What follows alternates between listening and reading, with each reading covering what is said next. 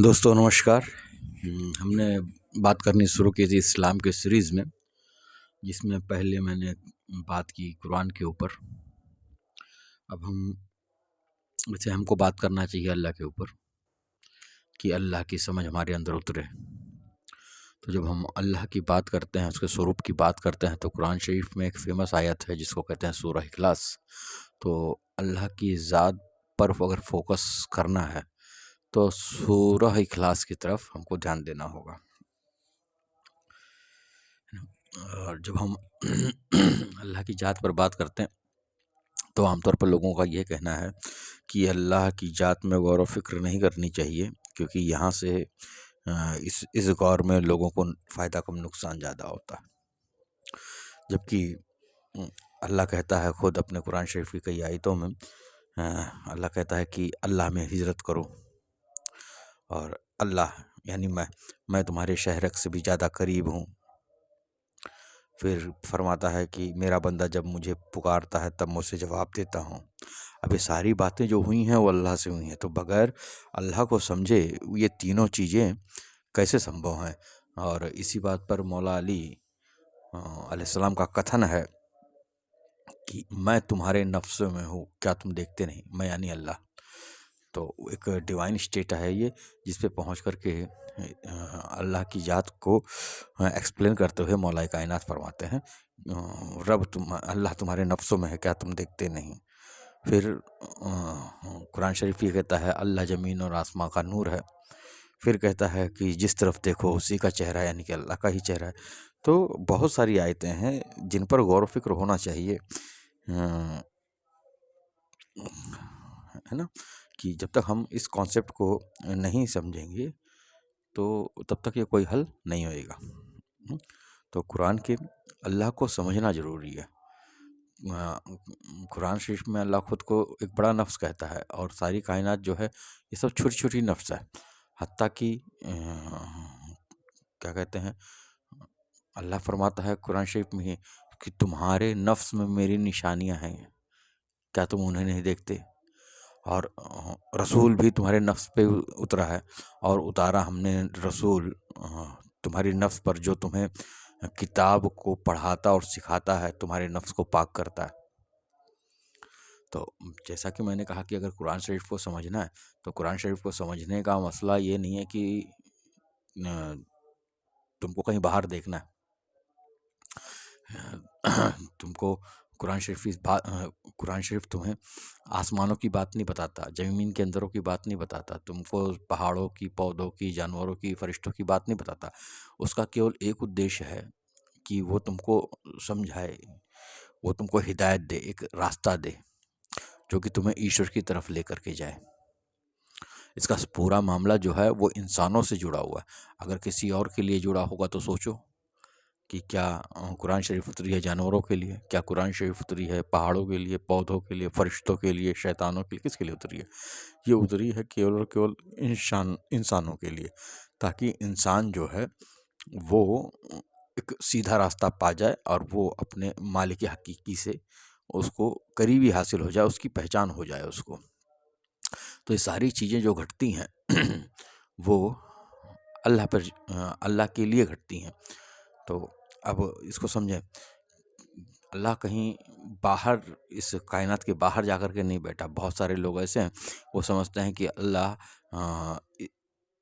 मादियत से फ्री है। मादियत मतलब ये जो 5 तत्व हैं, हिंदी में कहते हैं, इससे फ्री है। तो इसके अंदर उसका रहना, जब वो इससे फ्री है तो इसके अंदर रहना उसका कोई मामला ही नहीं है, वो तो इसके बाहर ही रहेगा, क्योंकि यहाँ पर तो पूरी की पूरी मादियत है।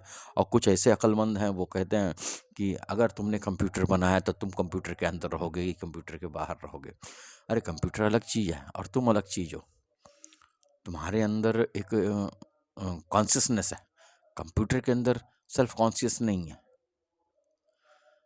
उसके अंदर सेल्फ AI वो आर्टिफिशियल इंटेलिजेंस है, लेकिन उसकी भी एक लिमिट है। जो तुमने उसके अंदर इनपुट डाल के रखा है वो उसी में से निकालेगा। और तुम्हारे अंदर कॉन्शियसनेस है ना, तुम सेल्फली उन चीज़ों को ऑपरेट कर सकते हो। तो तुम्हारे अंदर अपना एक कॉन्शियसनेस है ना। तो बहरहाल, तो अल्लाह कहीं इस कायनात के बाहर नहीं है ना? वो कहता है कि मैं ज़मीन और आसमान का नूर हूँ। वो खुद कह रहा है कि जिस तरफ देखो उसी का चेहरा है। इमनली वो ये भी कहता है कि जब ये सारी चीज़ें बटोर ली जाएँगी, सारी दुनिया ख़त्म कर दी जाएँगी, तो सब कुछ ख़त्म हो जाएगा मगर उसका चेहरा बाकी रहेगा। तो अगर हम इन सब चीज़ों पे गौर व फ़िक्र करें तो हम कुछ-कुछ अगर हम समझना चाहें, तो हम इस कॉन्सेप्ट को थोड़ा बहुत समझ सकते हैं। बहरहाल, अ, ये पूरी किताब जो है, ये जो पूरी किताब है, ये नफ्स के ऊपर ही लिखी गई कि कैसे एक मनुष्य जो कि नफ्स है, अल्लाह नफ्स है, पेड़-पौधे नफ्स है, पत्थरों का अपना नफ्स है। जब 2 चीज़ों के बीच में कुछ जगह खाली है, वहाँ पर भी नफ्स है। तो हम अपने साँसों के ज़रिए इस नफ्स के जो बड़ा नफ्स है, उसी के साथ में जुड़ते हैं। तो इस साँसों को कहा गया अन-नफुसिम, कि हम एक छोटे नफ्स को रखने वाले एक बड़े नफ्स के साथ में इसी साँसों के माध्यम से रिलेट करते हैं। तो पूरी कायनात नफ्स है और ये पूरी किताब केवल नफ्स को बिल्डअप करने के लिए है। देखिए, ऐसा है कि जब पूरी कायनात एक नफ्स है, और इसके अंदर कई सारे नफ्स पर्सनली लेवल पर डेवलप हुए हैं। पर्सनली लेवल पर डेवलप हुए हैं। तो ये जो उनका अस्तित्व है, जो उनका नफ्स है, वो 3 तरीके पे आके गिरता है एज़ पर द कुरान। एक है नफ्स शैतानी, इसको समझना, जिसके अंदर इब्लीस है, फ़िरौन है, तागूत है, तमाम सारी चीज़ें जो तुमको भटका देती हैं। जैसे कि अल्लाह ताला फरमाता है सूरह नास में कि वो जो शैतान है वसवसा डालता है तुम्हारे सुदूर में। यहाँ पर जो सुदूर सीने को कहते हैं, लेकिन यहाँ पर जो सीना कोई ऐसा एक थिंग है वो। तो सीने में यहाँ पर सीने में जब बोला गया तो उसको नफ्स से ही रिलेट किया गया कि वहाँ पर वो वसवसे डालता है। जैसे कि एक कुरान शरीफ में एक और आयत है कि मैं तुम्हारे इतना करीबी हूँ, मैं जानता हूँ कि जब तुम्हारा नफ्स वसवसे डालता है। तो यहाँ पर नफ्स का जो मामला लिया गया वो शैतान से लिया गया कि तुम्हारा नफ्स जो है शुरुआत में वो शैतानी किरदार से घिरा हुआ है, वो नापाक है, उसको ही प्योर करना। तो नफ्स शैतानी, नफ्स रहमानी और नफ्स इंसानी। तो होते हैं, ऐ इत्मीनान पाने वाली नफ्स आ जा मेरी तरफ। ये भी कुरान शरीफ की आयत है कि एक ऐसी नफ्स जिसको इत्मीनान मिल गया है, वो सूरह रहमानी के साथ में रिलेट हो सकती है, उस बड़े नफ्स के साथ में रिलेट हो सकती है। तो ये पूरी कायनात, अब आप समझें कि इन सब चीज़ों को इकट्ठा करके देखना है कि वास्तव में हम क्या हैं और अल्लाह क्या है और ये कायनात क्या है ना? और इस किताब की मदद से, यानी कुरान शरीफ की मदद से, इंसान अपने नफ्स को पाक कर सकता है। और अदना से, नफ्स शैतानी जो है वो अदना मर्तबा है इस नफ्स का, और नफ्स रहमानी जो है वो बहुत ही आला मर्तबा है। अगर हम आयत 30 की सूरह 30 की 30वीं आयत देखें तो उसके अंदर अल्लाह ताला साफ साफ फरमाता है कि मैंने अपनी जो सारी सिफ़तें हैं वो मैंने इंसानों में डाल दिया है। तो सारी सिफ़तें जो हैं उसको उसने इंसानों में डाल दिया है। तो नॉर्मली अल्लाह कहीं 7वें आसमान पर इस टाइम और स्पेस से बाहर नहीं है। वो तुम्हारे शहरक से भी ज़्यादा करीब है, वो तुम्हारे नफ्सों में है, वो तुम्हारे नफ्सों में है। और ये सब बहुत ही सरल है, इसको बहुत ही ज़्यादा टेक्निकल बना करके हमने इसको बहुत ही ज़्यादा कठिन बना दिया है। है ना? आयत 3:28 है मेरे ख्याल से, जिसमें अल्लाह ताला खुद को एक नफ्स ही कहता है कि, और ये भी कहता है, देखिए जब मूसा अलैहिस्सलाम से सवाल होता है तो अल्लाह ताला फरमाता है कि ए मूसा, मैंने तेरे को अपने नफ्स के लिए बनाया, है ना? 3:28 में मैंने अभी बताया कि अल्लाह ताला जो है वो लोगों को अपने नफ्स से डराता है। ठीक है? तो इसको समझना है, नफ्स के दर्जे हैं और हमको इस नफ्सों का तज़किया करना है, यहीं पर जुहद करना है। इसी जुहद का मतलब जिहाद है, जद्दोजुहद, संघर्ष। इसी संघर्ष का नाम जिहाद है कि मेरे को जिहाद करना है और नफ्स का तज़किया करना है। तज़किया का ज़की का मतलब होता है कि किसी को बुलंदी देना, निचले स्तर से ऊंचाई वाले मकाम तक लेके जाना। तो मनुष्य का जो नफ्स है, एक जगह अल्लाह ताला और कहता है, मुझको आयत नहीं याद आ रही, कि मैंने इंसानों को बड़ा कमज़ोर पैदा किया। इंसानों को बड़ा कमज़ोर पैदा किया जब वो कहता है कि और बनाया मैंने तेरे को अपने चेहरे पर। तो इंसान को कमज़ोर कैसे पैदा किया? तो जब उसने बनाया हमको अपने चेहरे पर। इंसान मेरा राज है, मैं इंसान का राज हूँ, ये हदीस है। और मैंने बनाया इंसान को अपने चेहरे पर। तो इसको समझने वाली चीज़ है कि ऐसी कौन सी चीज़ है कि जो दोनों में कॉमन हो रही है। एक तो चारों तरफ अल्लाह का चेहरा है और इंसान को बनाया उसने अपने चेहरे पर। तो एक ये अल्लाह ताला खुद को एक बड़ा नफ्स कह रहा है और तमाम सारी जो खिलकत है, ये मखलूक है, वो छोटी नफ्स है, ये अदना नफ्स है और इंसानों को हमने कमज़ोर बनाया।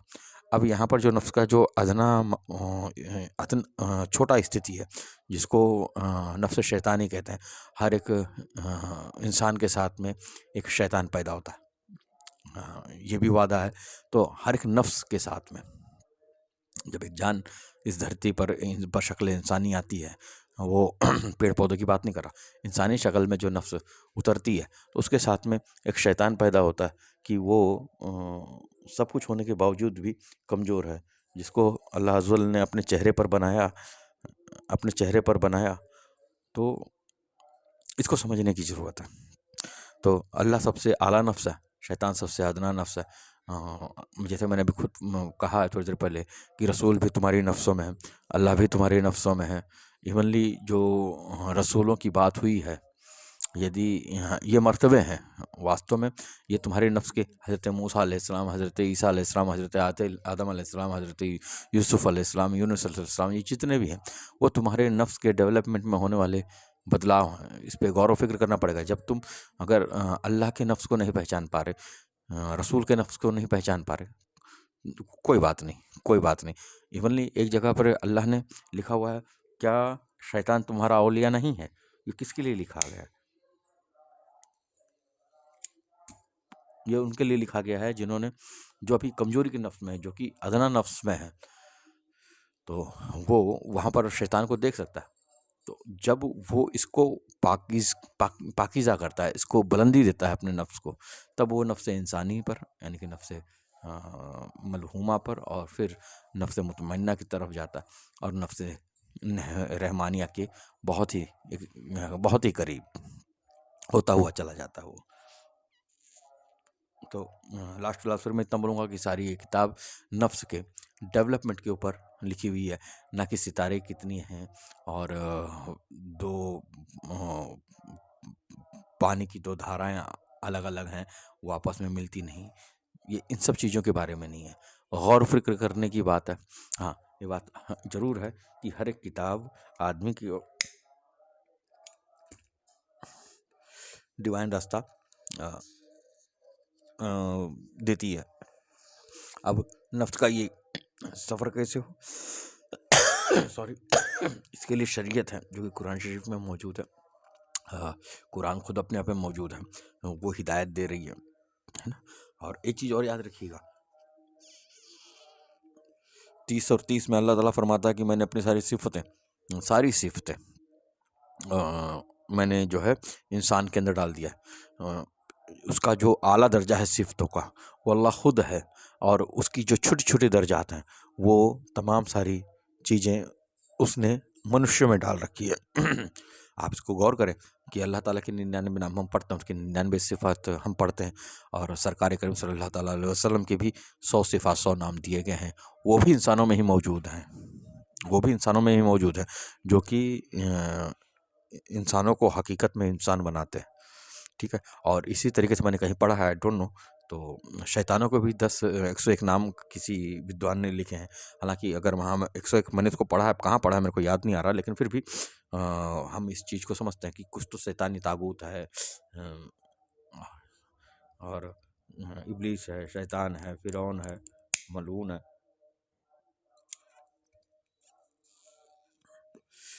तो ऐसे कुछ को तो हम जानते ही हैं, और इनको तो हम बाकायदा देख सकते हैं क्योंकि हम इन्हीं में जी रहे। तो ये सारे सिफत हर इंसान नफ्स में मौजूद हैं। इन सिफ़्तों की पहचान ज़रूरी है। हमें नफ्स शैतानी से निकल कर नफ्स रहमानी तक जाना है। नफ्स नफ्स जब शैतानी हो तो उससे बचना है, यानी कि इसके लिए हमारे पास तक़वा परहेज़गारी है, और इसके लिए इबादत है, इसके लिए सजूद है ना। नफ्स इंसान नफ्स रहमानी की ओर सफ़र करना है, तो जब हम सफ़र करेंगे तक़वा परहेज़गारी इबादत सजूद और तमाम सारी चीज़ों के साथ में, तो ये हमारे नफ्स को नफ्स इंसानी से होकर के गुजारती है। बंदा बनता है आदमी, इबादत गुजार बनता है और परहेज़गार बनता है, तो ये नफ्स इंसानी में आती है, और उसको जो हासिल होता है वो एक मुतमईन होने वाली नफ्स होती है। देखिए, नफ्स का जो मेन काम है वो है तुम्हारे ख़यालों को पैदा करना। वो तमाम ख़यालों को, अब ये ख़याल जो है, ये ख्वाहिशात जो है, वो हमेशा बुरे नहीं होते, ये अच्छे भी होते हैं, बुरे भी होते हैं। फ़र्क ये होता है कि तुम्हारे नफ्स के ऊपर मुलम्मा किसका चढ़ा हुआ है। या तो वो वसवसों के ख्याल में आएंगे, या तो वो इंट्यूशंस के ख्याल में आएंगे, के रूप में आएंगे। तो ये डिपेंड करता है कि तुम्हारा नफ्स जो है वो किस बात पर तुम्हारा नफ्स जो है जोर मारता है। जिस तरफ उसका झुकाव होगा वो उसी तरीके का नफ्स है। तो उसका झुकाव जो है, इसी झुकाव को सजदे में लिया जाता है, इसी झुकाव को सजदे में लिया जाता है। नहीं तो सूरज, चांद, सितारे, पेड़ पौधे कहाँ सजदा कर रहे हैं? किसी को पेशानी रखते हुए देखा है? नहीं। ये जो 5 टाइम का सजदा है पेशानी रखने का, वो हमारी तरबियत के लिए है कि हमारा इस बाहरी सजदे से हमारा जो अंदर वाला सजदा है वो 24/7 होता रहे, वो हमेशा होता रहे, आठों पहर होता रहे।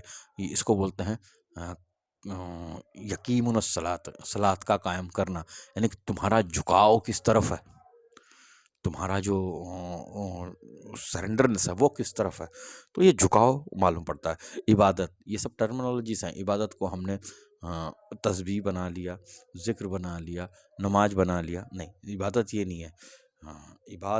इबादत ये है कि जो नफ्सें अल्लाह की तरफ से बशक्ल इंसान में मौजूद हैं और जो उसकी तरफ झुकी हुई हैं, उनकी सेवा करना, उनकी मदद करना, उनको हेल्प करना। तो जब हम इसको देखेंगे कि नहीं, ये अल्लाह की खिलकत है और ये परेशान है, मेरे को इसकी मदद करना है, तो ये हकीकत तुमने क्या कहते हैं, अल्लाह की तरफ अपने समर्पण को पूरा किया, किसी भी स्थिति में, किसी भी परिस्थिति में, किसी भी हाल में। तो इबादत, सजदा, रुकू, इन सब का एक अपना अपना एक मतलब है। वो केवल एक क्या कहते हैं, अरकान नहीं है कि जो कि हमको अपने बॉडी से करना है। नहीं तो 24/7 कोई कौन रहेगा, कौन सलात को कायम कर सकता है? क्या ये पॉसिबल है कि जब हमको 5 टाइम की नमाज़ें, सलात जो है तोहफे में मिली है अगर, तो हम 24/7 आठों पहर कैसे हम सजदे में रह सकते हैं? तो ये झुकाव वाली बात हो रही है कि तुम्हारा झुकाव किस तरफ है। तो फिर एक चीज़ देखना, अल्लाह ताला फरमाता है इसी चीज़ को लेकर के, जिधर देखो उसी का चेहरा है, तो मैंने बनाया चेहरे को अपने चेहरे पर। तो अल्लाह ताला खुद एक आला नफ्स है, जैसे वो खुद कह रहा है, और सारे कायनात अदना नफ्स है। तो उसने बनाया चीज़ों को अपने चेहरे पर। सब कुछ ख़त्म हो जाएगा मगर बाकी रह जाएगा उसका चेहरा। तो हम इस चीज़ को समझें, इस चीज़ पे गौर व फ़िक्र करें, ताकि अल्लाह अज़्ज़ व जल की जो पहचान है, जो समझ है, वो समझ में आ जाएगा, और हम इसको महसूस कर पाएंगे कि वाकई में अल्लाह हमारे शहर से भी ज़्यादा करीब है, वो हमारे नफ्सों में है। और अल्लाह ताला फरमाता है, मैं तुम्हारे नफ्सों में हूँ, क्या तुम देखते नहीं? और मुझको जानना है तो मेरी सिफ़तों से जानो। तो उसको पहचानना है, तो ये जो सिफ़त है, तो उसकी जो सिफ़त है वो भी तुम्हारे नफ्सों में ही है, उसकी सिफ़त जो है तुम्हारे नफ्सों में है। तो इस नफ्स के अंदर निहित, अंदर मौजूद सिफ़त को पहचान करके अल्लाह की ज़ात को पहचानना है। तो मैं इसी पे बात को अपने ख़त्म करता हूँ। अगली बार इसी पे बात करने के लिए हम सूरह इखलास पर बात करेंगे। तो आप सबका दिन शुभ हो। आपने मेरे को समय दिया, शुक्रिया।